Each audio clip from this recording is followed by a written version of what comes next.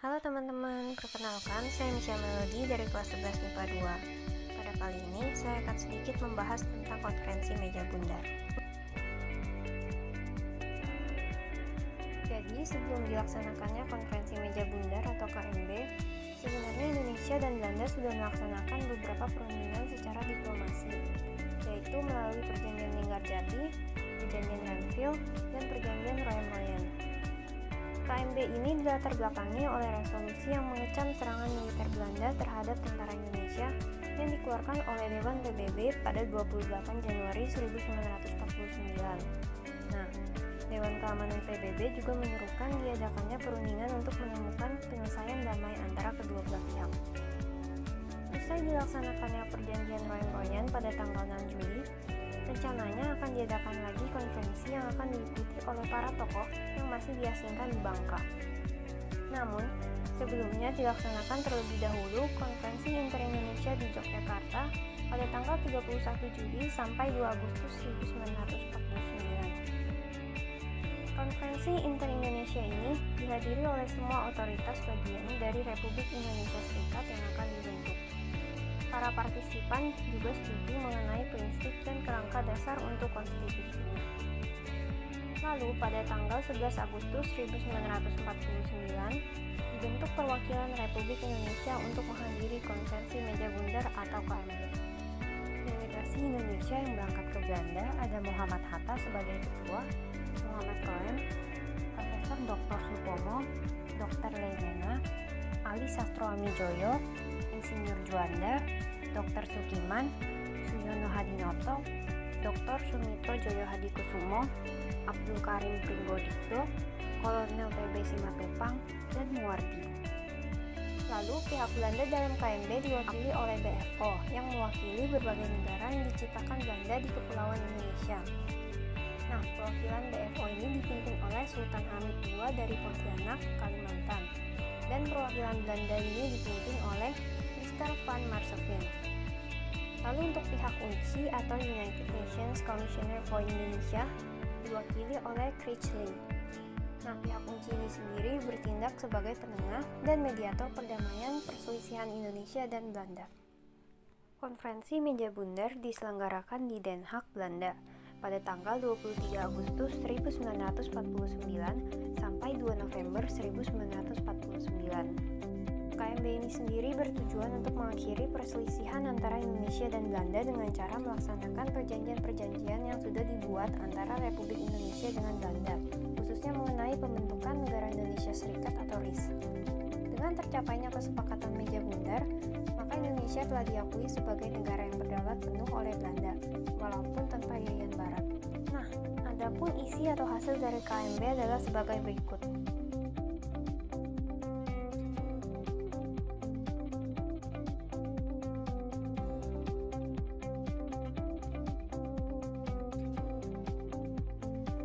Pengesahan dan penandatanganan isi dari KMB ini dilakukan pada tanggal 29 Oktober 1949 oleh pihak RI dan BFO.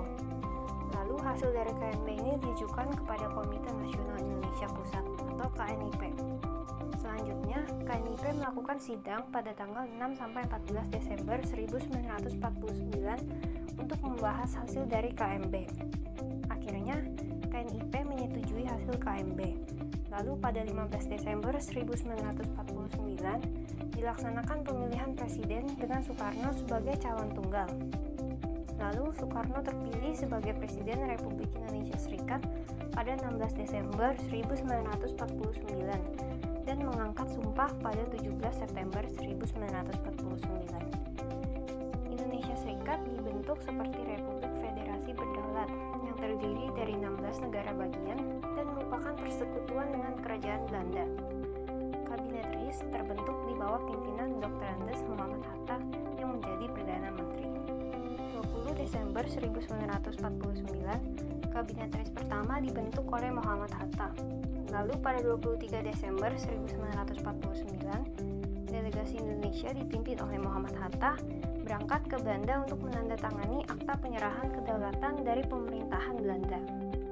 Penyerahan kedaulatan Belanda terhadap Indonesia ini akhirnya disahkan pada tanggal 27 Desember Oktober 1949. Naskah penyerahan kedaulatan ditandatangani oleh Ratu Juliana, Perdana Menteri Dr. William Drees, Menteri Seberang Lautan Mr. A.M.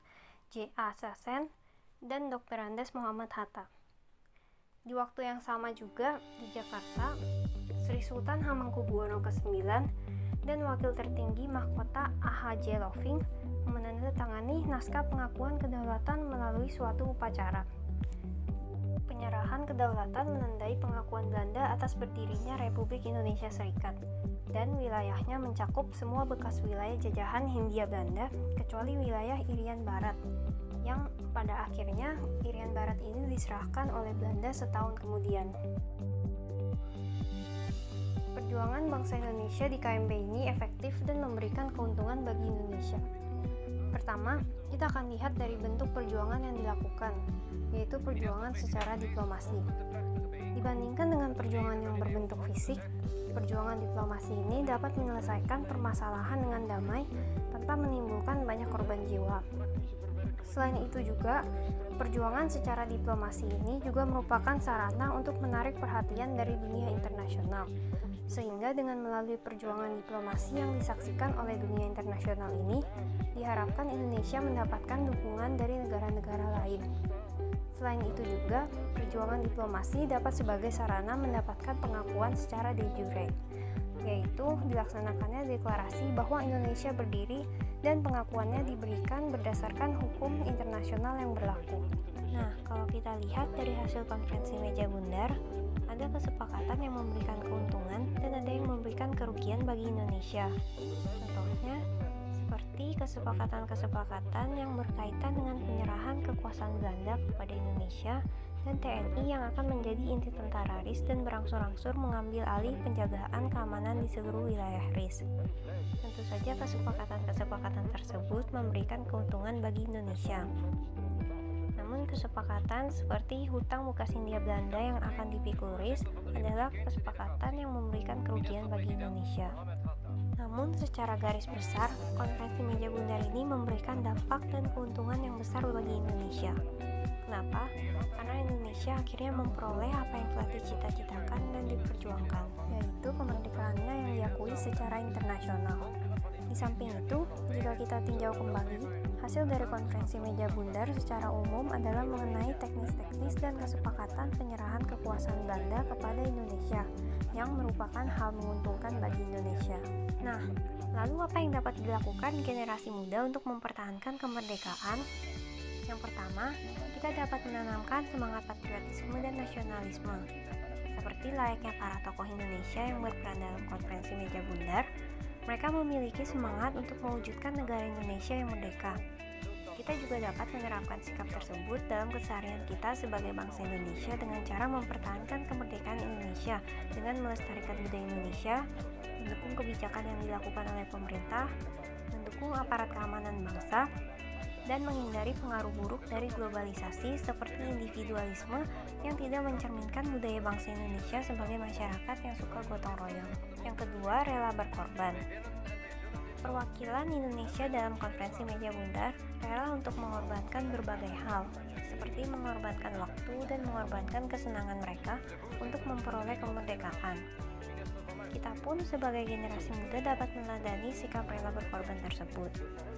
Seperti contohnya, rela untuk memaafkan ataupun meminta maaf terlebih dahulu untuk menghindari terjadinya konflik yang akhirnya dapat memecah belah bangsa Indonesia ini.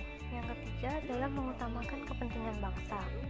Para tokoh Indonesia dalam konferensi meja bundar rela untuk mengutamakan kepentingan bangsa di atas kepentingan dirinya sendiri.